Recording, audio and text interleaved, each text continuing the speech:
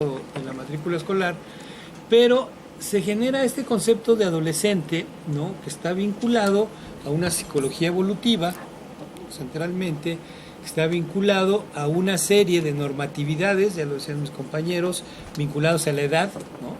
Entonces, hay manuales, no me dejarán mentir los psicólogos aquí presentes, y por lo tanto no voy a hablar mal de los psicólogos, pero donde se establecía que a los 12 años tenía que tener ciertas cualidades el cuerpo, tenía que tener ciertas actividades, tenía que tener ciertas formas de hacer y de pensar, ¿no? Y se clasificaban, entonces, es más, lo que como padres siempre nos aventaban los manuales esos, lo que tu hijo tiene que ser a los 13 años, a los 14 años, a los 15 años, ¿no?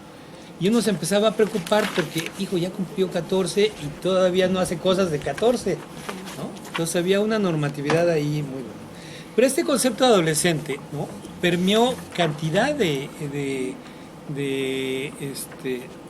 enfoques sobre el tema de juventud, y donde nunca se hizo una separación adecuada en torno al significado propio de adolescente, que es universal, que es individual, que es muy vinculado a lo biopsicológico, etcétera, etcétera. Entonces, este concepto le hizo mucho mal a estas concepciones, y de hecho yo diría que las primeras antropólogas, Ruth Benedict, Margaret Mead, su eje central fue contradecir permanentemente esta universalidad que planteaba la psicología y que planteaba a través del concepto de adolescencia. De hecho, a mis alumnos, una de las primeras leyes cuando entran a un curso es que les prohíbo que me digan la palabra adolescencia en clase. Fundamentalmente porque digo, si vamos a trabajar con jóvenes, vamos a trabajar desde lo social. Si vamos a trabajar con adolescentes, pues está bien, trabajemos entonces lo personal y hagámosles terapias de grupo y ese tipo de cosas. Pero como yo no soy psicólogo, eso no lo puedo hacer. Entonces, la tercera línea, ¿no?, fue todo el enfoque sociocultural que generó precisamente el concepto de juventud. A partir de aquí, me parece que hay elementos, no les voy a recetar toda la conferencia, ¿no? Pero me parece que los tres elementos centrales que producen en la constitución de lo juvenil, ¿no?, es decir, ya estamos hablando de una parte particular, no vamos a hablar ni de los estudiantes ni de los adolescentes, sino de la constitución de un concepto sociocultural que tiene que ver con lo juvenil, ¿no?, y que tiene que ver con un eje central que se produce en nuestras sociedades, en una sociedad fundamentalmente, nos guste o no, capitalista. Y entonces tenemos que pensar en conceptos del sistema capitalista. No estamos en otro ámbito. Pero por desgracia, ¿no?, el socialismo nunca se logró, como me reían mucho en Guatemala, porque decía, es un muchacho al cual visitamos mucho tiempo y que ahora lo dejamos de lado, se llama Carlitos Marx. Entonces, Carlitos Marx nos enseñaba que el eje central de esta lógica capitalista tenía que estar precisamente en el modo de producción y en el modo de reproducción de la sociedad. Y esto implica relaciones materiales y sociales. Estas relaciones son las que producen a los nuevos miembros. Y estos nuevos miembros se van a llamar en su momento niños y se van a llamar jóvenes. Y entonces tendríamos que entender centralmente la generación de lo juvenil, ¿no?, como un proceso capitalista que está centrado fundamentalmente en las relaciones del modo de producción y reproducción de la sociedad. ¿Y qué ha sucedido en este avanzar de esta lógica capitalista? La primera es que a la familia se le quitó los tres elementos centrales que tenía en el origen, ¿no?, que era la transmisión y la producción de saberes, de los afectos y del trabajo propiamente dicho. Si revisamos mucho de la literatura del la transición del modo de producción feudal al capitalista o al industrial original, mercantil original, tiene que ver con esta separación que se le hace a la familia, ¿no? A la institución familiar, de estos, sobre todo de dos elementos. Uno es el primero que se le quita es el trabajo, gracias a la generación de la fábrica. La fábrica le quita el trabajo a los miembros y los separa. Y entonces el trabajo se vuelve un ámbito de lo público y se va haciendo lo privado hacia la familia. Y el segundo proceso que sucede es cuando surge la escuela. La propia necesidad del trabajo industrial genera la necesidad de una institución que formara a esta fuerza de trabajo. Y hago un link a lo que dijeron mis compañeros. La fuerza de trabajo es un elemento que se centra, pensándolo en el concepto de Carlitos Marx, la fuerza de trabajo es, digamos, la fuerza del hombre, ¿no? Del hombre como género. Entonces, en ese sentido, el cuerpo es un elemento central en la fuerza de trabajo. Y uno de los elementos que se tiene que precisamente preparar para esa nueva, digamos, actividad originalmente de la fábrica es fundamentalmente esto que es la calificación, que califica la fuerza de trabajo en su concepto general, no solamente en la fuerza de trabajo física, sino en la de la capacitación, la formación, los saberes, como queramos llamar. Pero sucede una cosa muy importante con la escuela.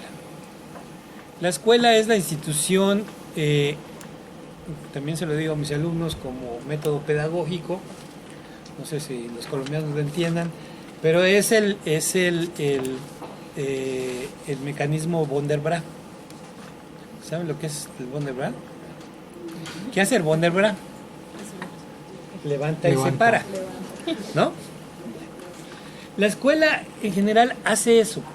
Lo primero es separa a un sector de la población. Foucault diría que es el proceso encierro, ¿no? En una escuela. Y en ese sentido los reúne, los encierra, los clasifica, ¿no? Pero a la vez hace que surja una manifestación de lo juvenil central, que es la praxis juvenil. Cuando los muchachos en la escuela empiezan a verse y a ver que se parecen entre sí y que tienen ciertos gustos y que tienen ciertas actividades que pueden compartir, entonces surge, ¿no? Un elemento central que es la praxis juvenil. Y esta praxis juvenil, que tiene una particularidad en una sociedad producida de esa manera, ¿no? Hace que los jóvenes aparezcan como un sector particular.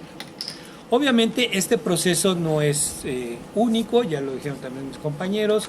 En general, los primeros que van los primeros que van a la escuela son los que no tienen propiedades, no sé si sabían.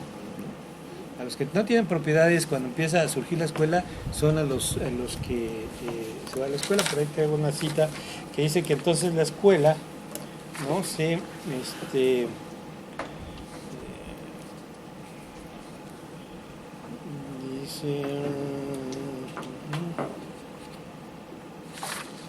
la perdí. Dice aquí, pero la constitución de la escuela con espacio especializado de formación no se produjo mediante un tránsito suave y tranquilo. Las innumerables resistencias que se dieron mostraron las diferencias de clase. En un principio, solo los que no eran sujetos de herencia debían asistir a la escuela pública. Entonces la escuela era una bodega para un grupo de extraños, desviados en potencia y revolucionarios, diríamos grupo. Después hubo un repunte de la instrucción en casa, a quienes podían pagar un maestro particular, para finalmente imponerse la necesidad de una escolaridad obligatoria y exigiéndose a la fuerza laboral alguna acreditación formal como requisito del empleo, ¿no? Entonces tenemos que este es un proceso que se va diversificando en función de la clase social, del género y de un montón de cosas más.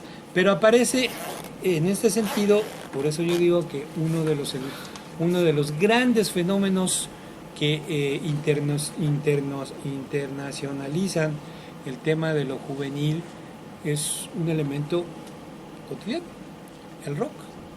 El rock and roll hace por primera vez posible pensar que aparte de que el rock se desarrolla en un contexto específico, Estados Unidos, etcétera, etcétera, empieza a gustarle a un montón de jóvenes en otras partes del mundo, ¿no?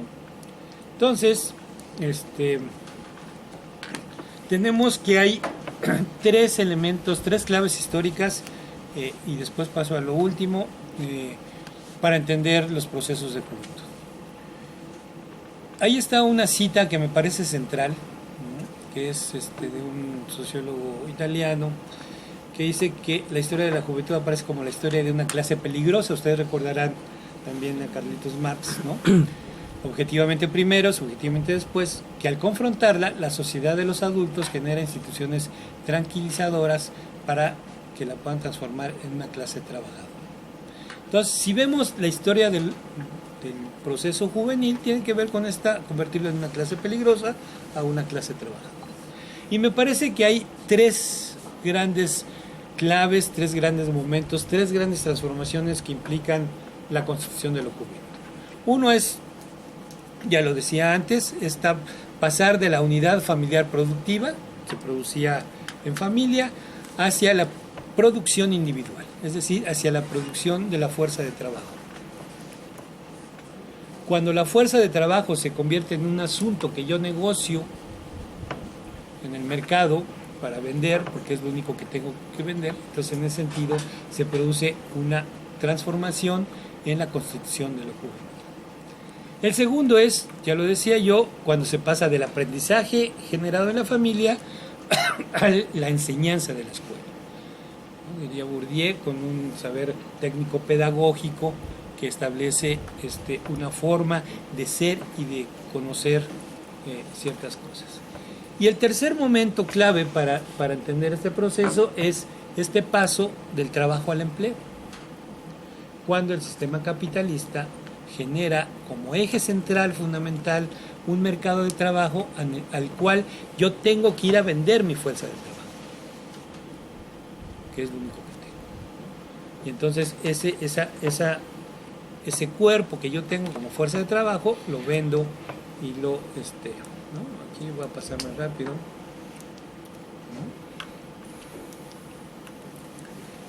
Me parece que hay un elemento, y paso a hipótesis ya para cerrar este asunto. Me parece que hay un cuarto elemento que estamos viendo actualmente y que podría transformar de otra manera el tema de lo juvenil. Todas las sociedades en este proceso de producción de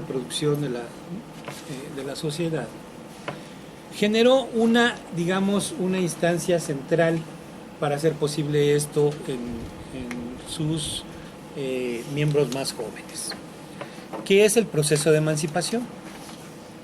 Todas las sociedades tenían en algún momento ritos para hacer que sus nuevos miembros se convirtieran en adultos, ¿no?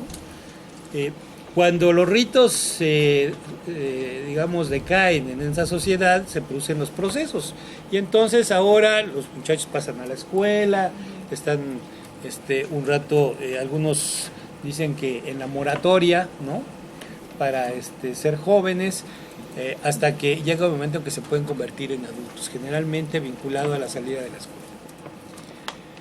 Y después en esta meta historia que todos traemos en la cabeza es, saliendo de la escuela encontramos un empleo, y por lo tanto ese empleo nos hace partícipes de la fuerza de trabajo, de la emancipación y de la ciudadanía o de la inclusión en la sociedad capitalista.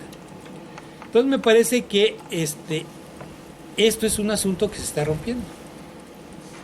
Cada vez más hay más problemas para que este proceso de emancipación de los jóvenes se dé de una manera, fluida. Por una parte tenemos saturaciones en la escolaridad, en las matrículas escolares, con masificación, falta de calidad de la educación, etcétera, etcétera, ¿no? Por otra parte, tenemos mercados de trabajo muy restringidos, que crecen poco, ¿no? Tenemos un mercado precarizado, donde generalmente las posibilidades de encontrar un empleo que satisfaga a los jóvenes y que les posibilite convertirse en adultos plenamente es más complicado. Es decir, este proceso de emancipación se está dando muy lentamente, si es que se da o no se da en algunos casos. Aún en sectores que antes se daba de otra manera, por ejemplo, los sectores medios. Los sectores medios, el proceso de emancipación se daba mediante procesos, digamos, más fluidos por el asunto de clase, etcétera, etcétera. Ahora ya tenemos problemas de jóvenes que nunca pueden salir de la casa paterna, no solamente porque no quieran, sino porque no pueden. Las necesidades no les cubren. Entonces tenemos, digamos, un problema central, que es cómo hacemos que estos sectores juveniles se conviertan en adultos, se emancipen.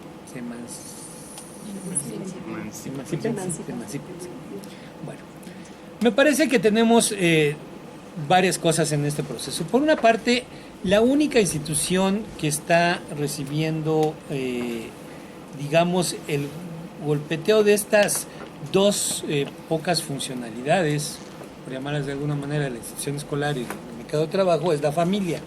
La familia paterna, de alguna manera, sirve de colchón, ¿no?, para resistir estas. El problema es que nuestras familias tienen también escasos recursos limitados. En algún momento eso se va a acabar. Y además, yo siempre he dicho que además